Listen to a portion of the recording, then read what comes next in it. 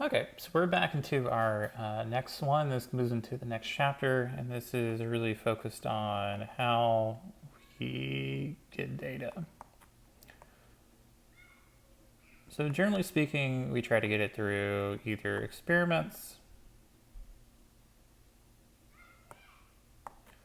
or observational studies.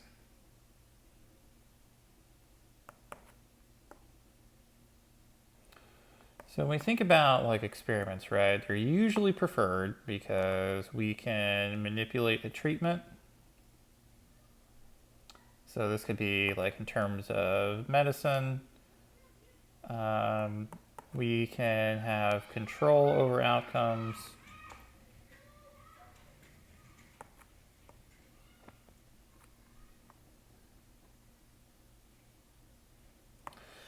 And it is easier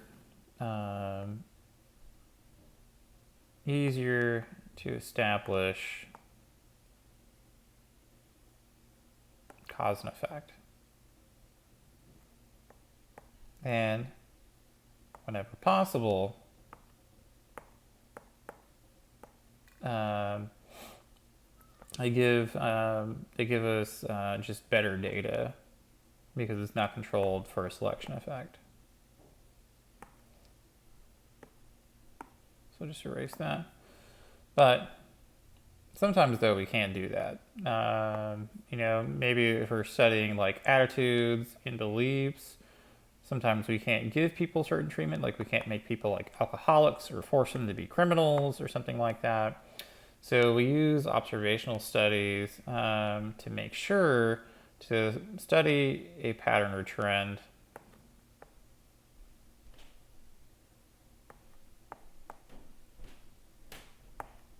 in real world.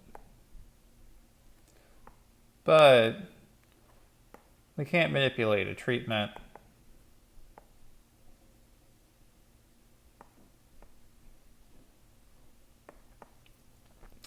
And sometimes there are also like research questions that don't need an experiment, such as like approval ratings of the president.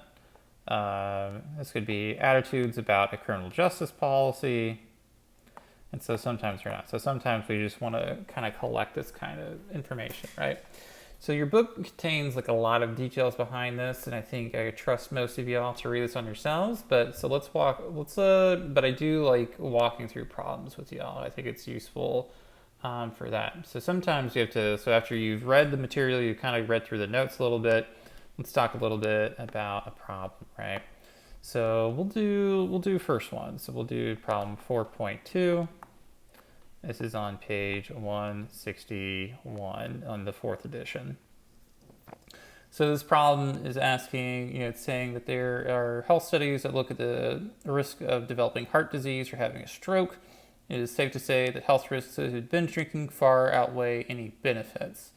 There's a study in 2010 that could be a lethal mix, right? So, if we have like other information, so there's 6,100 men followed. And they're age 55 and over for 2 decades, so for 20 years. And they look at people who binge drank. So binge drinking.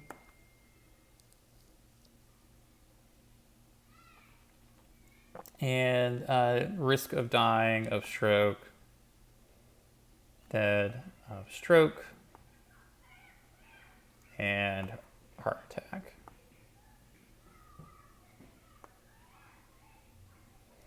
So we're asked a couple questions, right? Compared to people who don't drink and with normal blood pressure, right? So first question, question A, asks if this is observational or if this is experimental. So based off of this, right, if we're looking at binge drinking, right, we know this is not something that we can like really tell people to do. There are like a lot of ethical concerns, and we're really just observing like what ends up happening. So this is observational because there was no experimenter that said you get to be a drinker, you get to be abstain from alcohol, And so they just look at the outcomes and link between drinking and stroke and heart attack, right? And we'll just call it death. So what does question B have in store for us? Question B is asking us, was this, where to identify the explanatory and response variables, right? So we already know the answer to this one. So the response from this one is going to be what? It's going to be death from heart attack, HA, or stroke. And if we think about what the explanatory variables are, this part that we're looking at, right? We look at high blood pressure, HBP, and binge drinking.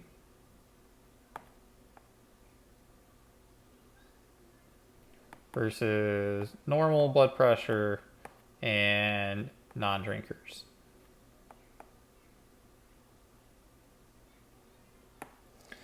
And so then question C asks, based on this study, is it appropriate to recommend that everyone who wishes to lose weight should prefer, or excuse me, wrong one. Does the study prove that a combination of high blood pressure and binge drinking causes an increased risk of death by heart attack or stroke? Why or why not? So we go back to that question right there. We know for the first thing, right? So one, if we answer this right, there's no proof per se, right? Because it's an observational study going in, because this is observational. There was no direct treatment, and observation studies don't allow for establishing cause and effect.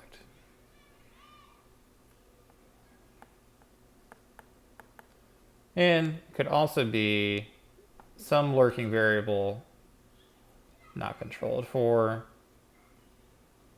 that influences outcome.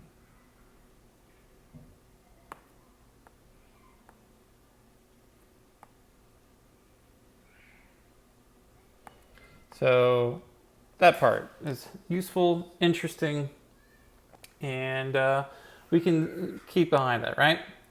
So we'll do one more. I hope that's all right with y'all. Hopefully it's not. If it's not, then you can skip this and you don't really care, right? But let's look at a number one and we'll do 4.10. 4.10 or 110 or whatever you want to call it. Also on page 161.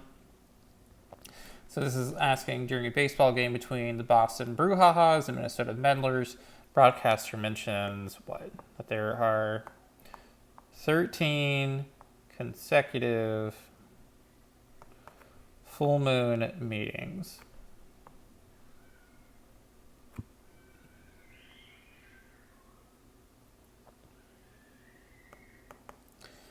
And it's saying that that the away team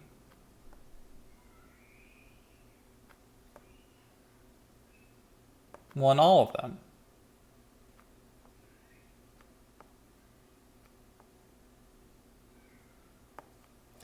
So, what do we do here? So, what does this say? So, it's saying, is the broadcaster's comment, for number A, is the broadcaster's comment based on observational or experimental data, right? So, this is observational, because there's no manipulation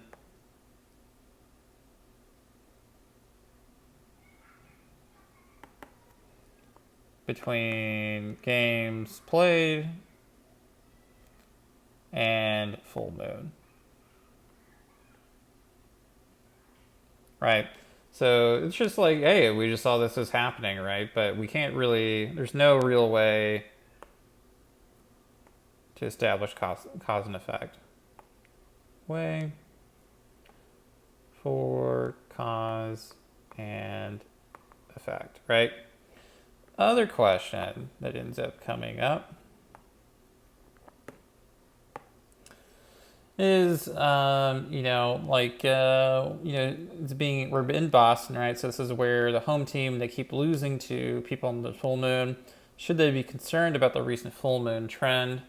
Answer is like, no, right? I really shouldn't be concerned because, again, there's no cause and effect relationship established, right?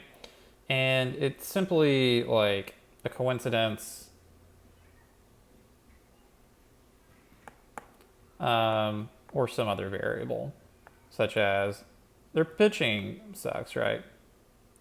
Because it also looks at it and eliminates, like it doesn't consider stuff like what's happening to the team. Is the team just good? Are they just a sucky team, period? Is it just a fluke? What other things are controlled for?